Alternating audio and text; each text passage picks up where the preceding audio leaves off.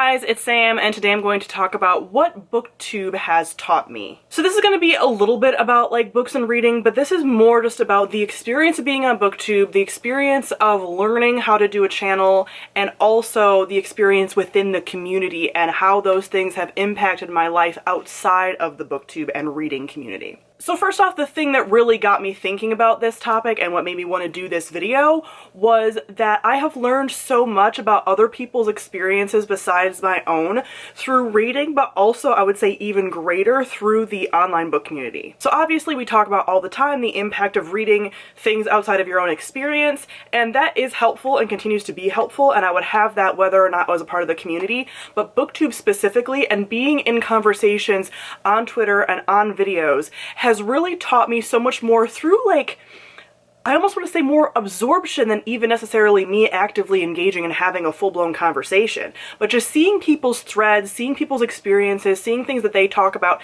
it has already like programmed that into my head in a more like organic way than even stepping out and doing other work on top of that, which I have done as far as like, you know, making sure I'm more culturally aware, culturally competent, whatever you call it in work settings. But I thought of it in that context, cultural competence context, because I mentioned this before, and I mentioned it recently on the podcast for BookNet Fest because we're doing all of our panels in podcast form. So if you guys want to listen to those, I will link the podcast down below for you guys to check out at any time. But I said that I recently started a new job back in July, and that new job has a lot of like cultural competence training and actual anti-racism training, things like that. And we also did something on gender non-conforming people. And these were all things that like I already knew the information in there from Booktube. Like not even from my graduate school experience. I had the foundation for Booktube from my graduate school experience, but a lot of the things that I already knew and that were ingrained in my psyche already, and like I knew how to talk to people that were outside of my experience and things that like other people might have struggled with within these trainings. I was like, this is old hat because Booktube taught me this a while ago. Not that I'm without fault. I'm not saying I'm like woke by any means, but I am so much more aware because of my experience on Booktube, both with reading and just with seeing other people's experiences.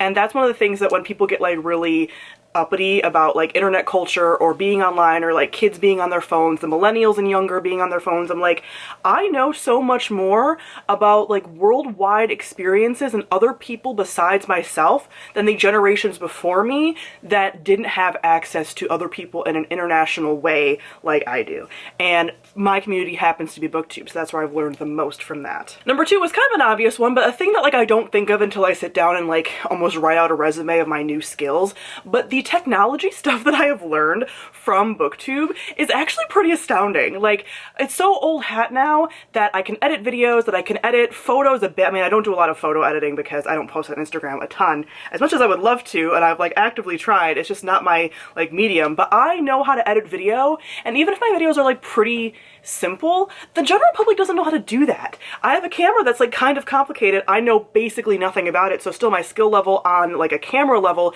is not great, but it's above the general public. Like, I know a lot about, and then like how social media works, which I'll get to in a little bit. Like, a lot of those things, I know how to make a spreadsheet or like at least edit a spreadsheet because of me doing a spreadsheet that's based off of somebody else's for my reading, which I've talked about before, so I'll link that on the screen. I know like more tech stuff.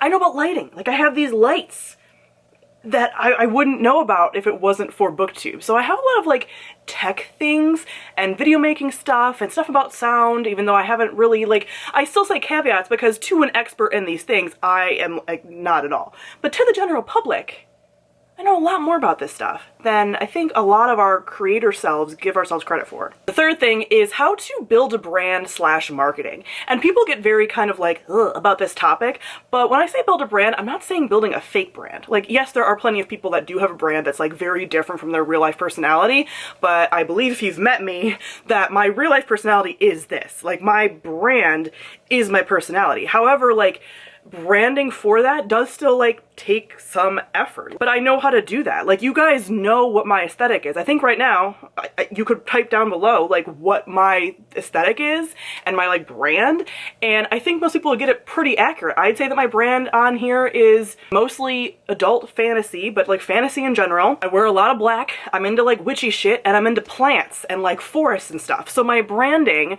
for the like online experience is like I have like forest icon things.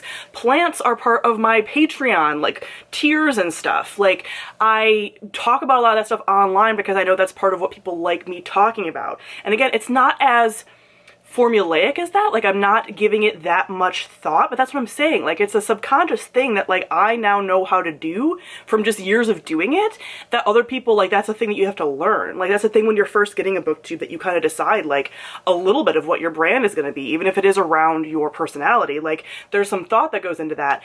And I'm also like very different than I used to be at the beginning of booktube. So like my brand has like evolved. And there's also something to be said for like marketing and stuff. And people again get very like weird about that. But we live in a capitalist society, regrettably so. And so like that is a part of like, you have to sort of brand yourself and market yourself in life, like kind of in any business that you're in. So I'm a therapist. There's a certain amount of like branding that comes with that as far as like having a niche and getting yourself out there within that specialty, which booktube has taught me. Like I have a niche on booktube with like the fantasy books, my style of reviewing, and I know how to like get myself out there and attract the viewership that's going to like my niche. Same way with like my therapy practice, like I know how to market, which sounds so like predatory. Again, like the marketing thing sounds weird, but like it's not in a gross weird way. Like it's not in like a car salesman type way, but in just like a getting out in the community and like networking with people that you know would like what you are offering, or like your personality, or like would like to be friends with you, or whatever the case may be that I learned from booktube translates into other parts of my life. It also gives me like a sense of identity. I feel like booktube has really taught me a lot about who I am as a person, and has made me like very comfortable with who I am as a person, with what my identity is, with what my aesthetic is, where my boundaries are. And again, that's a thing that you wouldn't think that necessarily, but you have to be comfortable with yourself at a certain level to be talking on a camera. So in real life, I'm much more like, hey, what you see is what you get. I'm on the internet, you know? So that is really helpful in a way that I never would have imagined when I first joined. Another thing that sort of ties into that is how to act, or like how to be on video calls, and public speaking. The impact that this has had has been something that I never would have predicted, because I was never somebody that would have liked public speaking. I wouldn't say that I'm like an extrovert. If anything, I'm like an ambivert to introvert. So I never would have thought that, but let me tell you how invaluable that skill has been for in job interviews. Right now during the pandemic, with doing job interviews via video call and then doing all of my client sessions via video call, I talk into the camera.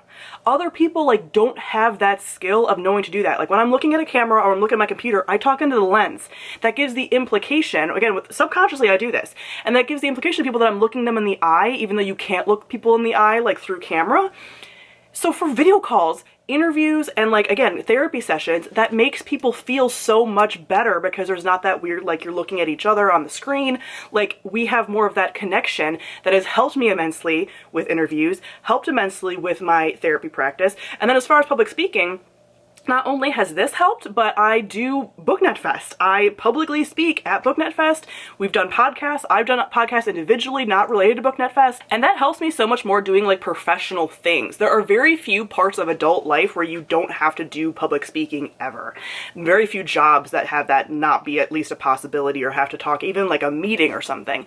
So again, for the general public, like I'm beyond that because I'm so used to doing it now and I'm comfortable doing it, and I can like make video again for like marketing purposes for jobs and stuff that other people would have more of a challenge doing. So like the switch to like telehealth and working from home has been like so easy for me. I still get exhausted by like Zoom calls all day, but less so than I think your average person, because I was already prepared for it. The fifth thing is just learning more about the publishing industry. And I've talked about this before. I'm still no expert in the publishing industry, but now being in the book community for so long, there are multiple creators and friends that I have that are a part of the publishing industry. Either they have written or they work in the publishing industry for publishers or whatever. But not only that, just my own experience working with publishers, like I know how that works so much more now. I understand in a way that I didn't before that like authors don't make a ton of money unless they really are like bestsellers, and even bestsellers don't always necessarily make a ton of money. Like having a better perception of how like money in the publishing industry works,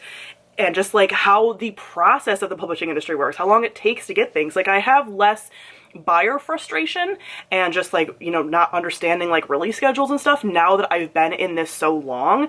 So that helps my like booktube reading life, not so much the rest of my life, but I know a lot more about that industry than I would otherwise. Another thing kind of attached to that is I have a better like understanding of author personalities now. Like obviously being on booktube, I'm more exposed to authors, like following on Twitter. I don't follow a ton on Twitter anymore actually for this reason, because I kind of like not knowing author personalities more. Like the cons outweigh the pros of this, to be honest, in a lot of ways. So I don't follow a lot of authors on Twitter, but I still have that. So in a lot of ways that like some of your average readers that are going to like book events are like more, I don't know, like awed by authors. Like, and there are some authors that I still am awed by, like Erin Morgenstern, who I like can't speak around. But generally speaking, I'm like, authors are people. And it's not because I have a ton of experience as a booktuber, like being exposed to them. Like, it's not like I've done interviews or like hung out with authors.